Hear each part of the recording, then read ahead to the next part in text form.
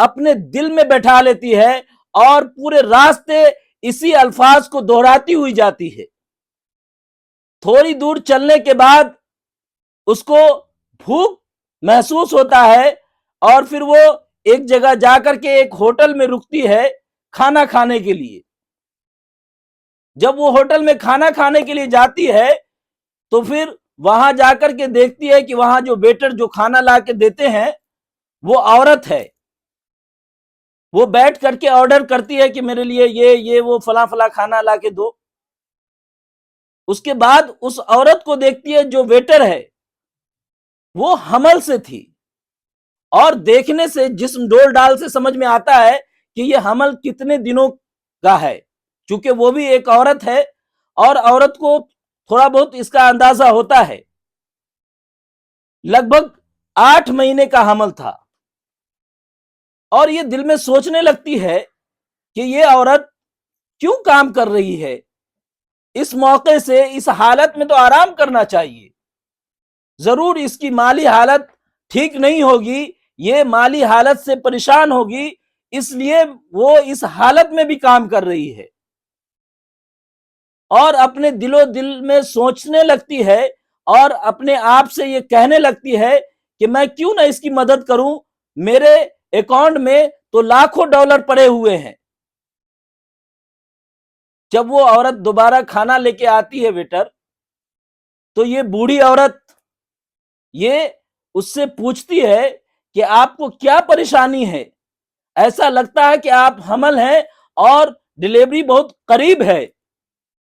یہ ویٹر عورت کہتی ہے کہ ہاں ماں جان، 1-2 ہفتہ رہ گیا ہے. تو وہ عورت کہتی ہے، بوڑھی عورت، کہ آپ اس حالت میں کام کیوں کر رہی ہیں؟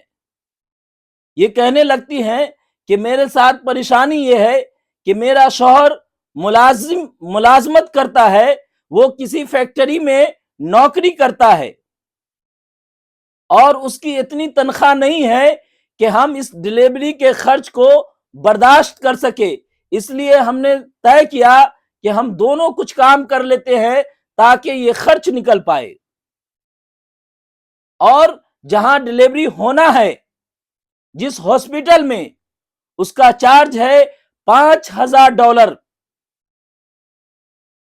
جب یہ عورت، بوڑھی عورت، کھانا کھا لیتی ہے، پھر اس ویٹر کو بلا کر کے بولتی ہے، وہ اپنا چیک نکالتی ہے اور اس میں $5000 بھرتی ہے، اور اس کے بعد ایک لفافے میں رکھ کر کے اس کو انعام کے طور پہ دے دیتی ہے، اور کہتی ہے کہ بیٹا اس کو تم اپنے گھر جا کے کھولنا، یہاں نہیں کھولنا. وہ عورت کہتی ہے ٹھیک ہے. پھر وہ جب کام سے فری ہو جاتی ہے تو وہ اپنے گھر کو جاتی ہے، اور گھر پہ جا کر کے پھر اپنے گھر کا کھانا بناتی ہے، اپنے شوہر کا کھانا بناتی ہے. اس کے بعد جب اس کا شوہر کام سے لوٹتا ہے تو دونوں ساتھ میں جب کھانا کھانے بیٹھتے ہیں تو اس وقت ایک دوسرے سے بات کرتے ہیں کہ اب ڈیلیوری کو کتنا وقت رہ گیا ہے، اب ہمیں اس کی تیاری کر لینی چاہیے، یعنی پیسہ کا انتظام کر لینا چاہیے تاکہ اس وقت کوئی پریشانی نہ ہو. اس کی بیوی کہنے لگتی ہے کہ آج کوئی ہوٹل میں آئی تھی ایک عورت، وہ ہمیں انعام کے طور پہ کچھ دی ہے. تو اس کا شوہر کہتا ہے کہ کیا ہے دکھاؤ. تو وہ کہتی ہے ابھی لے کے آ رہی ہوں. وہ لے کے آتی ہے لفافہ، اور لفافہ کھولتی ہے تو دیکھتی ہے کہ اس میں $5000 ہے، جو اس ڈیلیوری کا فل خرچ ہے، پورا کا پورا مکمل خرچ ہے.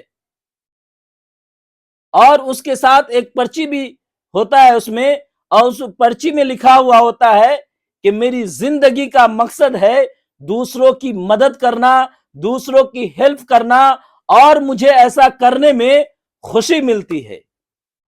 قربان جائیے، خدا کا کرشمہ دیکھیے کہ وہ شخص اس عورت کا ہیلپ کیا. ایک راستے میں وہ گاڑی خراب ہو گئی تھی، وہ شخص وہاں رک کر کے اس بوڑھی عورت کا ہیلپ کیا تھا، اور اللہ تعالیٰ اس کی بیوی کا ہیلپ اسی بوڑھی عورت سے کروا دیا.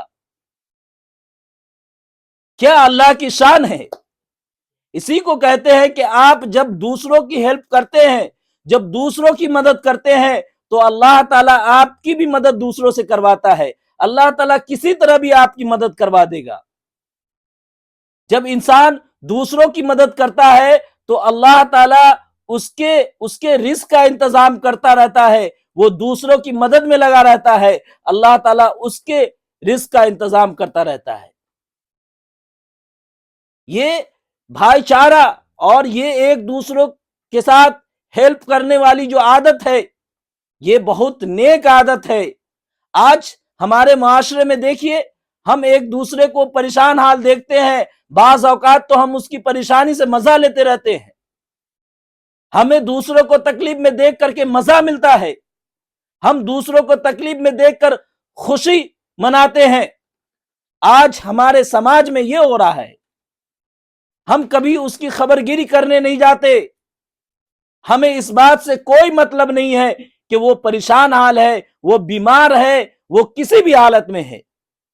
اللہ تعالیٰ نے ہمیں دولت دیا ہے تو اللہ تعالیٰ اس دولت کے بارے میں پوچھے گا ضرور کہ ہم نے تمہیں دولت دی تھی، تم نے اسے کہاں خرچ کیا۔ آج جن لوگوں کو اللہ تعالیٰ نے دولت سے مالا مال کیا ہے، وہ اپنے دولت کا ناجائز فائدہ اٹھاتے ہیں اور ناجائز طریقے سے اس کو خرچ کرتے ہیں۔ قرآن میں اللہ تعالیٰ نے کئی جگہ کہا ہے کہ ہم نے تم کو تمہارے لیے نہیں بلکہ ہم نے تم کو پوری کائنات کے لیے پیدا کیا ہے۔ کنتم خیر امہ اخرجت للناس وتأمرون بالمعروف وتنہون عن المنکر۔ ہم ایک دوسرے کو برائی سے روکنے کے ساتھ ساتھ، اچھائی کا حکم دینے کے ساتھ ساتھ ہم ان کی مدد بھی کریں، ان کے بارے میں پوچھیں کہ آپ کو کوئی پریشانی تو نہیں ہے۔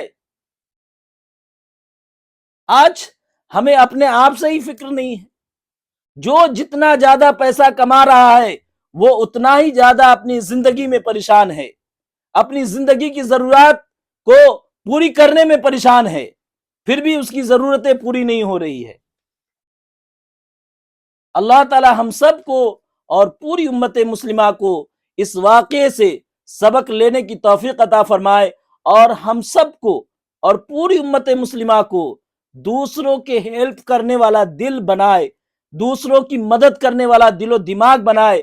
اللہ تعالی ہم سب کو اور پوری امت مسلمہ کو ایک دوسرے کے ساتھ بھلائی کا معاملہ کرنے کی توفیق عطا فرمائے۔ السلام علیکم ورحمۃ اللہ وبرکاتہ۔